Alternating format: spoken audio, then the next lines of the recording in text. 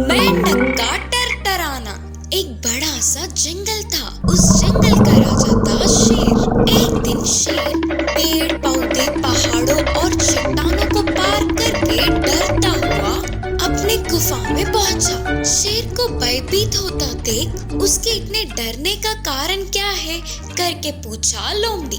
तब शेर ने कांपते हुए लोमड़ी से कहा, मैं तालाब में पानी पीकर किनारे पर पहुंचा तो इतने में जोर जोर के चीखे सुनाई दिए। उन्हें सुनते ही बहुत डर लग गया। इधर उधर देखने पर कोई नहीं दिखा। चीखें और भी भयंकर होती जा रही थी। इस जंगल में मुझे मारने कोई जंगली जानवर चोर की तरह घुसकर आया है लगता है, और वही चिल्ला चिल्ला कर मुझे डरा रहा है। इसीलिए मैं भागता हुआ गुफा तक पहुंच गया। उन बातों को सुनकर लोमड़ी चौंक गई और बोली, क्या आपको मारने वाला जंगली जानवर? वैसे आपको सुनाई देने वाली आवाजें कैसी थी?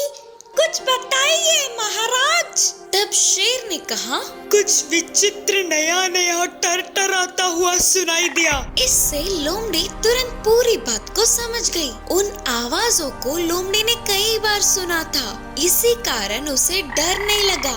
डरने की कोई बात नहीं है करके शेर को समझाकर तालाब के पास ले गई और जोर से गरजने को कहा। यह सुनकर दुश्मन जानवर बाहर आएगा तो उसे हम मार सकेंगे करके लोमड़ी ने शेर को हौसला बढ़ाया। शेर थोड़ा साहस दिखाते हुए जोर से गरज उठा। इससे पूरा जंगल कांप उठा। तुरंत उसी की तरह जोर से चिल्लाता हुआ एक मेंढक शेर की तरफ कूदा। पहले से ही डरा हुआ शेर और डर के कूदने पर वह मेंढक शेर के पैरों के नीचे आकर कुचल के मर गई। बार बार बच गया बोलकर चैन की सांस लेके बैठ गया। तो लोमड़ी ने कहा, उन आवाजों को सुनकर दुश्मन मान के आप घबरा गए, लेकिन मेंढक बस एक छोटा सा जीव है। पर हाँ, उसके गले की आवाज बड़ी ही जोर जोर से टरटराती है।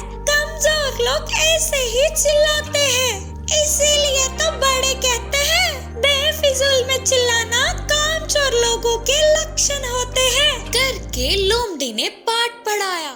खरगोश में बदलने वाला शेर। एक बड़ा सा जंगल था। उस जंगल का महाराज शेर था, लेकिन ये सभी शेरों की तरह नहीं था। जंगल में सभी जानवरों के साथ अच्छे से रहता था। हर एक जानवर को ना खाते हुए बस भूख मिटाने के लिए ही शिकार करता था। जंगल के सभी जानवर उसे देखकर डर के भाग जाते थे। इसका शेर को बहुत दुख पहुंचता था। उसे भी उनके साथ मिलकर खेलने की, दोस्ती करने की इच्छा होती थी, पर वो गुफा में ही अकेला रह जाता था। उनके साथ मिलकर रहने की सोचा तो वे उसे देखते ही डर के भाग जाते हैं करके शेर को दुख होता था। एक दिन उस जंगल में एक साधु तपस्या करने आया है। वह रोज जंगल के सभी जानवरों से बात करता था। शेर उनके पास आकर बोला, स्वामी जी, क्या आप मेरी एक इच्छा को पूर्ण कर सकते हो क्या? बोलो। फिर शेर ने पूछा, मुझे ऐसे शेर की तरह नहीं रहना। आजादी से सबसे मिलजुल कर रहने वाली खरगोश की तरह रहना है। मुझे खरगोश की तरह बदल सकते हो क्या स्वामी जी? साधु ने जवाब देते हुए पूछा, तुम इस पूरे जंगल के महाराज हो, ऐसे छोटे से खरगोश में बदलना चाहते हो? इंसान तक शेर की तरह जीना चाहता है, पर तुम ऐसे छोटे जीव में बदलना चाहते हो, ऐसा क्यों? शेर ने कहा, नहीं स्वामी जी, मुझे ऐसे ही उछलने वाली खरगोश की तरह जीना है। ठीक है फिर। बोलकर साधु तुरंत शेर को खरगोश की तरह बदल देते हैं। गोरा छोटा प्यारा सा खरगोश बनने वाला शेर वह साधु के आश्रम के पास उछलते हुए खरगोश दूसरे जानवरों को मिलकर खेलते हुए खुश हुआ। जो भी मिला वो खा के अच्छे से गुजारा कर दिया। इतने में शिकारियों की आने की भनक लगते ही सारे जानवर भाग गए। कैसे भागना है पता न होने पर खरगोश शिकारी के पकड़ में आ गया। अरे ये तो मस्त है, आज तो मुझे दावत ही है। बोलते हुए बस्ते में डालकर आगे चलने लगा शिकारी। तभी दूसरा जानवर दिखने से उसे शिकार करने के लिए बस्ते को नीचे रखा। यही मौका देख खरगोश बस्ते से एक बार में उछलकर वहाँ से भाग गया और तुरंत साधु के पास जाकर जो भी हुआ सब बोलकर पहले की तरह शेर में बदलने की विनती की। अब तो समझ आ गया ना, प्रकृति हर एक जीव को एक लक्षण देती है। उसे इनकार करके दूसरे जीव की तरह जीना चाहो तो ऐसा ही होगा। बोलकर साधु ने खरगोश को शेर में बदल दिया। बाद में शेर गरजता हुआ अपनी गुफा में चला गया। मासूम गधा। पल्लेपालम नामक गांव में अच्छैया नाम का भेड़ों का रखवाला रहता था। उसके पास एक गधा भी था। अच्छैया रोज उन भेड़ों को चराने ले जाता था। उधर उन्हें भरपूर घास चरने को मिलता था। उन भेड़ों के साथ ही गधे को भी ले जाता था। भोजन पानी के साथ दूसरे सामान भी गधे से उठवाता था, पर गधे को वह काम करना बहुत मुश्किल लगता था। हमेशा की तरह भेड़ों को चराने ले जाने तैयार होने वाले अच्छैया के पास उसकी पत्नी आकर बोली, है जी, शायद बारिश आने वाली है, बादल छाए हुए हैं ना, लगता है आज भेड़ों को ना ले जाना ही अच्छा होगा। पर पत्नी की बातों को अनसुना करते हुए रोज की तरह ही भेड़ों के साथ गधे को भी पहाड़ी पे ले गया। भेड़ चर रहे थे तो अच्छैया एक पेड़ पे बैठकर देख रहा था। गधा भी थोड़ा दूर खड़ा होकर मालिक को ही देख रहा था। तभी तेज बारिश की खबर लगते ही अच्छैया दौड़ते हुए भेड़ों को लेकर घर के रास्ते निकल पड़ा। पर गधा पेड़ के नीचे ऐसे ही बैठ गया। उसने रोज मालिक के काम करने से अच्छा जंगल में ही रहना ठीक समझा और पहाड़ों से गुजरकर जंगल के अंदर गया। अच्छैया घर पहुंचने के बाद देखा तो गधा उनके साथ नहीं था। अरे रे, बारिश की जल्दबाजी में आने से मैं तो उस गधे को भूल ही गया। बेचारी कहाँ होगी? पत्नी ने समझाते हुए कहा, कहीं नहीं जाएगी, कल आप चराने जाओगे ना, तब ढूंढ लेना। उस दिन रात को अच्छैया को नींद ही नहीं आ रही थी। अगले दिन भेड़ों को चराने ले जाकर गधे के लिए पूरे पहाड़ी पर ढूंढने लगा, पर वो कहीं नहीं मिला। बेचारा गधा शेर या बाघ का शिकार हो गया होगा। बोलते हुए रो पड़ा। जंगल में जाने वाले गधे को वहाँ के हालातों ने डरा दिया।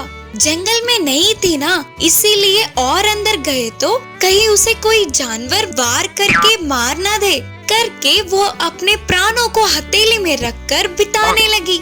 ऐसे डरते हुए जीने से अच्छा वापस मालिक के पास जाना ठीक है सोचकर तुरंत ही जंगल से पहाड़ों की तरफ चलती गई। शाम तक गांव में आने वाले गधे को मालिक का घर याद नहीं था। हर एक दिन मालिक के नए काम करने पर रास्ते को भी याद नहीं रख पाई। तभी अचानक एक घर से, इस गधे को मैं नहीं देख सकता, बोलते हुए बड़ी आवाज आई। अरे मेरे बारे में ही बात कर रहे हैं, मतलब ये मेरे मालिक का ही घर होगा। उसी घर से बाहर आता हुआ रामैया ने उसे देखा। उसके मालिक नहीं है सोचकर दुखी होकर फिर से आगे बढ़ने लगा गधा। थोड़ी दूर चलते ही, अरे ओ गधे, कोई काम ना करते हुए ऐसे ही घर पर बैठ के कितने दिन माँ बाप की खाएगा? बोलकर आवाजें सुनाई दी।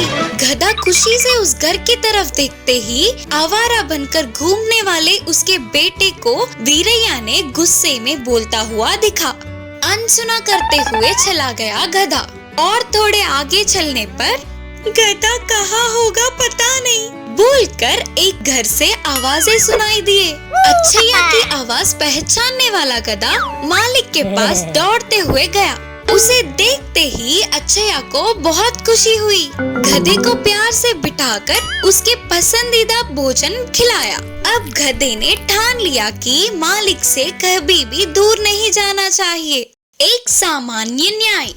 रामापुर नाम का एक छोटा सा गांव था। उस गांव में बड़े जमींदार रंगा रहता था। रंगा बस उस गांव का जमींदार ही नहीं, बहुत धनवान भी था।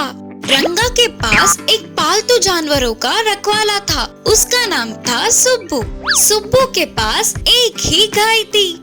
सुब्बू उसके गाय को रंगा के गायों के साथ रोज चराने ले जाता था।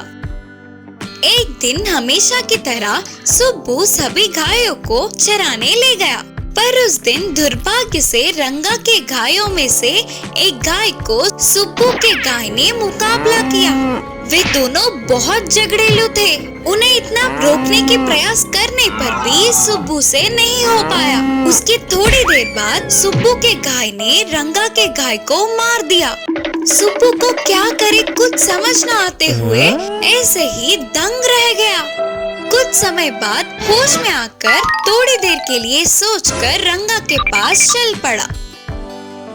सुब्बू ने होशियारी से रंगा से पूछा, रंगा जी, अगर आपकी गाय मेरे गाय से लड़कर उसे मार डाला तो उसका जुर्माना क्या होगा? तुरंत ही रंगा ने सुब्बू से कहा, उसका क्या जुर्माना होगा रे? कुछ नहीं, लड़ना और मरना जानवरों की फितरत है, उसका कोई कुछ नहीं कर सकता। सुब्बू ने कहा, अच्छा जी, तो फिर मुझे इसके बदले कुछ नहीं देना होगा ना? सुब्बू का कहना रंगा कुछ समझ नहीं पाया और ऐसे ही देखता रह गया। तब सुब्बू ने कहा, शायद आपने अच्छे से सुना नहीं होगा। मैं बोल रहा था कि मेरे गाय ने आपके गाय को मार डाला। पशुओं की फितरत है ना, इसीलिए मुझे कोई जुर्माना नहीं भरना पड़ेगा बोलकर आपने मुझे बचा लिया करके सुब्बू ने पूरी तरह से समझाया। इससे रंगा के सांसें रुक गई समझो, लेकिन कुछ भी ना कर पाते हुए ऐसे ही चौंकता हुआ रह गया।